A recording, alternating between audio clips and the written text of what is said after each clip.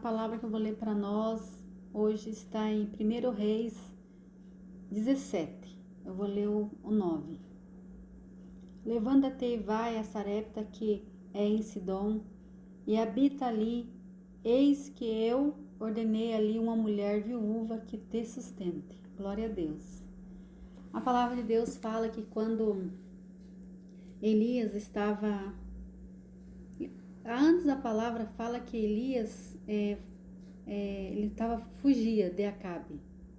Acabe queria matar porque ele era um profeta de Deus, e ele falando que não ia chover mais naquele lugar, como fala aqui, né?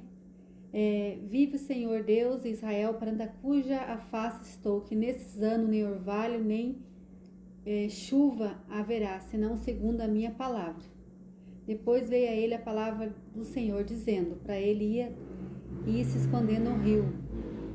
Vira para o oriente, esconde junto ao ribeiro de Querite, que ali diante está o rio do Jordão. Ali eu ordenei que os corvos alimentassem, Deus ordenou que os corvos alimentassem Elias.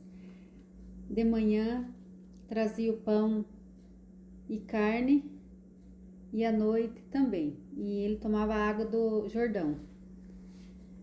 E eu vejo que quando Deus, quando nós somos obedientes a Deus, ali Elias estava passando por um processo. Elias, ele tinha uma vida com Deus, e como ele falou e Deus ouviu o que ele falou, e aí ficou sem chuvas o tempo que ele tinha determinado, que não ia chover. E mais para frente fala que secou o rio, e Deus manda ele ir, como eu li aqui, para Sarepta, e lá Deus falou que tinha ordenado uma viúva que alimentasse. E quando Elias chegou lá, a viúva não tinha nada, não nada, mas ela não tinha, como ele falou, ali ordenei uma viúva. Quem sabe ele pensou, como ele era humano como nós, pensou: vou chegar lá, essa viúva vai ter muito alimento, e eu vou comer bem, porque Deus falou que já ordenou a viúva, então é sinal que a viúva tem alimento. Ele chegou lá, a viúva falou, ele pediu: faz um bolo. Ela falou, ela estava juntando alguns cavacos, alguma lenha, para fazer um fogo, para fazer um bolo. Ela falou que era a última refeição que ela ia ter, que ela ia comer com o filho e eles iam morrer, porque não tinha mais alimento. Mas ele falou: faz primeiro para mim. E ela foi e obedeceu. Ela foi, como ela falou: viva o Senhor teu Deus, que eu tenho só um bocado, só um punhado de farinha. Eu vou fazer um bolo pequeno, somente um bolo, para mim e pro meu filho. Depois nós vamos morrer, depois nós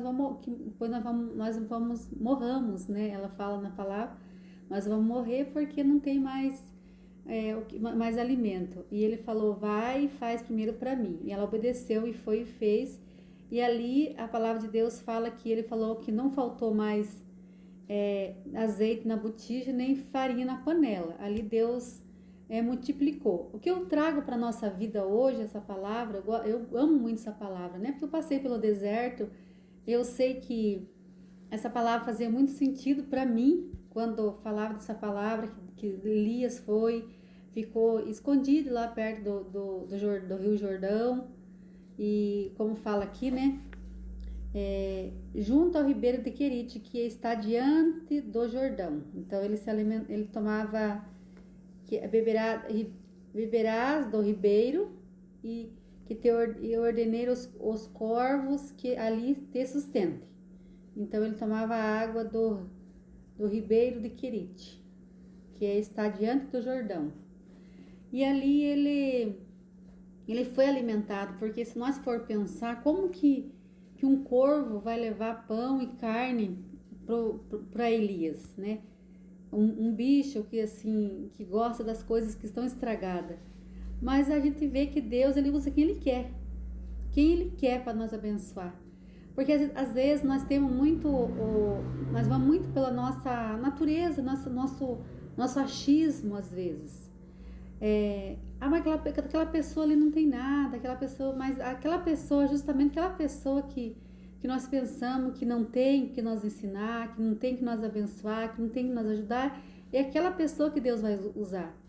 Porque eu falo assim, Deus usa quem Ele quer, né? Quem deixa ser usado por Ele. Deus escolhe. Eu falo assim, Deus nunca precisou de ninguém. Deus não precisa de mim, não precisa de você. Deus escolheu se revelar através da nossa vida pela misericórdia e graça dele. Quando Deus tem um chamado na nossa vida, nós temos que buscar se aperfeiçoar cada dia mais na presença dele. O quê? Fazer o quê? Estudando a Bíblia, se enchendo do alimento que é espiritual, que é a palavra de Deus, tendo um período de consagração a Deus, de jejum, de oração, aonde a gente vai se fortalecer mais espiritualmente para ter um ouvido sensível à voz de Deus, para abrir a boca e Deus encher, para ter essa fé que, como Elias tinha, de falar que não ia chover mais, e ter essa certeza que Deus estava ouvindo ele.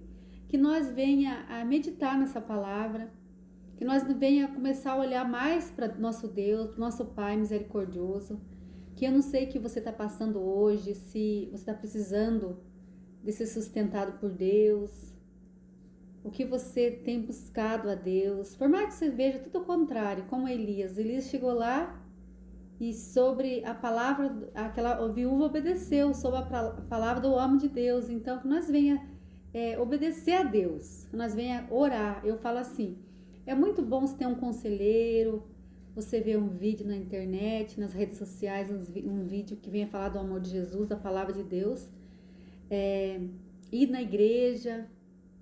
É maravilhoso ter pessoas assim que amam as coisas de Deus, amam a palavra, ensinam a palavra. Eu amo aprender, mas nós precisamos ter nosso particular com Deus, porque aí nada vai nos enganar.